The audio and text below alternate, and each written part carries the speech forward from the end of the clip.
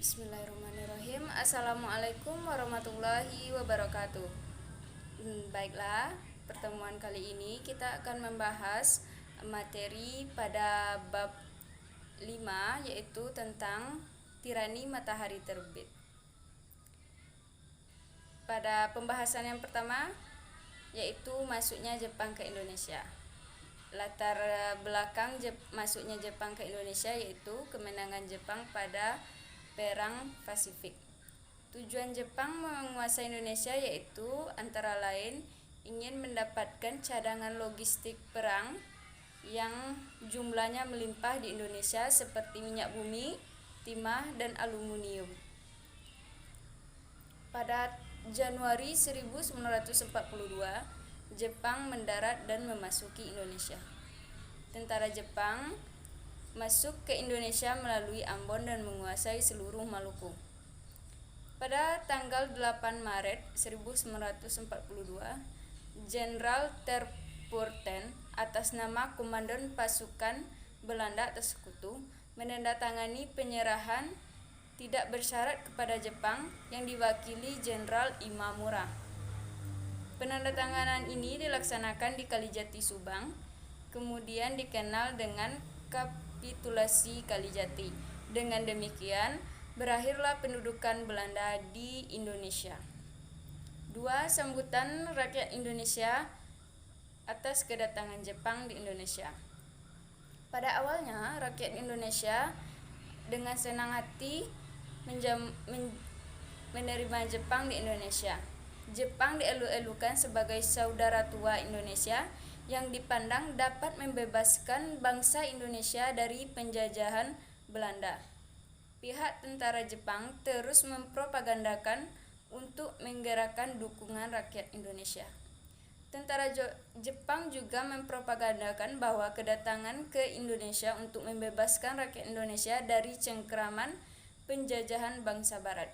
Jepang juga akan membantu memajukan rakyat Indonesia melalui program Pan Asia. Jepang untuk memajukan dan menyatukan seluruh rakyat Asia. Untuk lebih meyakinkan rakyat Indonesia, Jepang menegaskan kembali bahwa Jepang tidak lain adalah saudara tua dari Indonesia. Yang ketiga, pembentukan pemerintahan militer.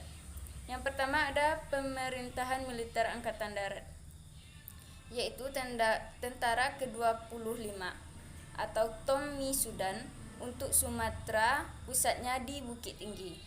Yang kedua, pemerintahan militer Angkatan Darat, yaitu Tentara ke-16 atau Asamu Sudan untuk Jawa Barat dan Madura, pusatnya di Jakarta. Yang ketiga, pemerintahan militer Angkatan Laut, yaitu Armada Selatan kedua untuk daerah Kalimantan, Sulawesi, dan Maluku, pusatnya di Makassar. Selanjutnya ada pemerintahan sipil. Materi kedua yaitu organisasi pergerakan massa pendudukan Jepang. Yang pertama, organisasi yang bersifat sosial kemasyarakatan. Organisasi yang pertama yaitu Gerakan 3A.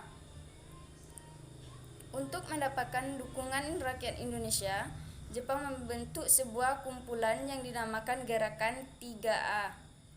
Perkumpulan ini dibentuk pada tanggal 29 Maret 1942. Sesuai dengan namanya, perkumpulan ini memiliki 3 semboyan yaitu Nippon Cahaya Asia, Nippon Pelindung Asia, dan Nippon Pemimpin Asia. Sebagai pemimpin Gerakan 3A, bagian propaganda Jepang atau Sedenbu telah menunjukkan bekas tokoh Parindra Jawa Barat yakni Mr. Syamsuddin sebagai ketua dengan dibantu beberapa tokoh lain seperti Sultan Pamuntjak dan Muhammad Saleh. B. Pusat Tenaga Rakyat atau Putra. Jepang berusaha untuk menggerakkan seluruh rakyat melalui tokoh-tokoh nasional. Jepang ingin membentuk organisasi dan kemudian gerakan itu bernama Pusat Tenaga Putra. Dibentuk pada tanggal 16 April 1943. Yang ketiga, Majelis Islam A'la Indonesia atau MIAI dan Majelis Syura Muslimin atau Masyumi. Pada tanggal 4 September 1942, MIAI diizinkan aktif kembali. Adapun tugas dan tujuan MIAI waktu itu adalah sebagai berikut. Yang pertama, menempatkan umat Islam pada kedudukan yang layak dalam masyarakat Indonesia. Kedua, mengharmonisasikan Islam dengan tuntutan perkembangan zaman. Ketiga, ikut membantu Jepang dalam Perang Asia Timur Raya. Adapun program MIAI akan diwujudkan melalui rencana sebagai berikut. Yang pertama, pembangunan Masjid Agung di Jakarta. Kedua, mendirikan universitas. Dan ketiga, membentuk Baitul Mal. Organisasi selanjutnya itu Jawa Hokokai. Adalah organisasi pusat yang anggota-anggotanya terdiri atas bermacam-macam Hokokai atau himpunan kebaktian. Program kegiatan Jawa Hokokai itu melaksanakan segala tindakan dengan nyata dan ikhlas demi pemerintahan Jepang. Kedua, memimpin rakyat untuk mengembangkan tenaganya berdasarkan semangat persaudaraan. Dan ketiga, memperkokoh pembelaan tanah air.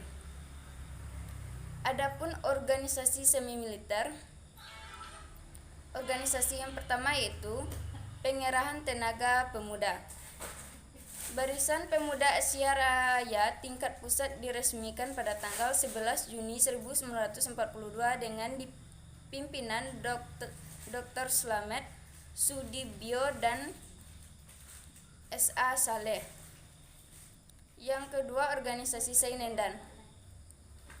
Sainendan atau Korps Pemuda adalah organisasi para pemuda yang berusia 14 sampai 22 tahun. Pada awalnya anggota Sainendan ada 3.500 orang pemuda dari seluruh Jawa. Tujuannya dibentuk Sainendan adalah untuk mendidik dan melatih para pemuda agar dapat menjaga dan mempertahankan tanah airnya dengan kekuatan sendiri. Organisasi selanjutnya ada Keibodan.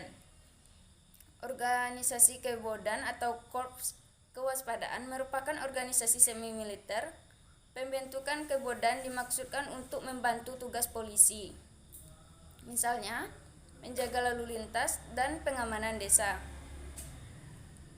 Selanjutnya ada organisasi Pelopor yang dibentuk pada 1 November 1944. Selanjutnya ada organisasi Hizbullah yang dibentuk pada tanggal 15 Desember 1944. Organisasi bentukan Jepang selanjutnya ada organisasi militer. Organisasi militer terbagi beberapa organisasi. Yang pertama itu Heiho atau pasukan pembantu. Heiho tujuan pembentukan Heiho adalah membantu tentara Jepang. Kegiatannya antara lain membantu kubu-kubu pertahanan, menjaga kamp tahanan, dan membantu perang tentara Jepang di medan perang. Yang kedua ada PETA. PETA adalah organisasi militer yang pimpinannya bangsa Indonesia yang mendapat latihan kemiliteran. C. Pengerahan dan penindasan versus perlawanan. Yang pertama ada ekonomi perang. Selama masa pendudukan Jepang di Indonesia, diterapkan konsep ekonomi perang. Artinya semua kekuatan ekonomi di Indonesia digali untuk menopang kegiatan perang. Yang kedua, pengendalian di bidang pendidikan dan kebudayaan. Pemerintahan Jepang mulai membatasi kegiatan pendidikan. Jumlah sekolah juga dikurangi secara drastis. Jumlah sekolah dasar menurun dari 21.500 menjadi 13.500. Sekolah lanjutan menurun dari 850 menjadi 20 buah. Kegiatan perguruan tinggi boleh dikatakan macet. Jumlah murid sekolah dasar menurun 30% dan jumlah siswa sekolah lanjutan merosot sampai 90%. Begitu juga dengan pengajarannya mengalami penurunan secara signifikan. Yang ketiga ada pengerahan Romusa. Rakyat Indonesia yang menjadi Romusa itu dilakukan dengan tidak senonoh, tanpa mengenal peri kemanusiaan. Mereka dipaksa bekerja sejak pagi hari sampai petang, tanpa makan dan pelayanan yang cukup. Romusa ini adalah pekerja paksa pada zaman Jepang. Yang keempat ada perang melawan sang tirani. Macam-macam perlawanan itu ada terjadi di daerah Aceh yang disebut dengan Aceh Angkat Senjata. Perlawanan pun terjadi di Singaparna. Perlawanan di Indramayu, ada rakyat Kalimantan angkat senjata, dan perlawanan rakyat di Irian Jaya. Adapun peta di Blitar angkat senjata. Yang D, drama akhir sang tirani.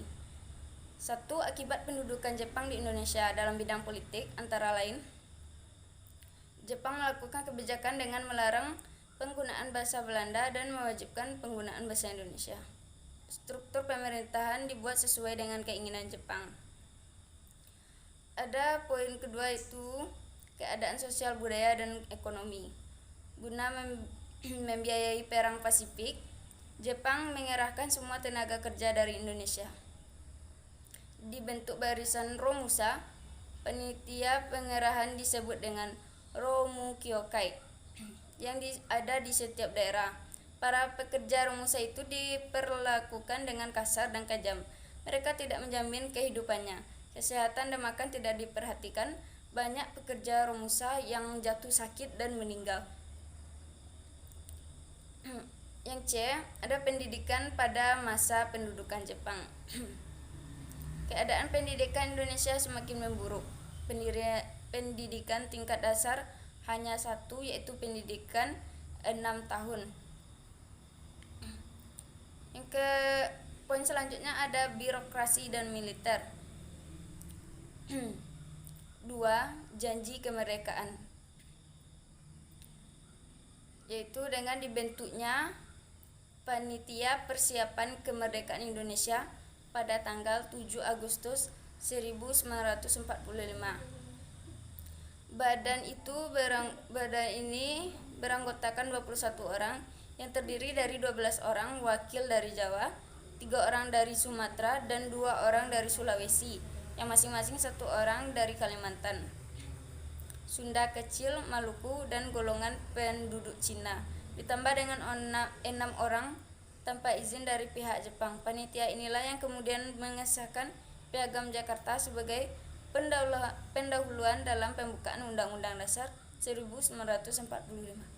Sekian pembahasan kita pada pertemuan kali ini.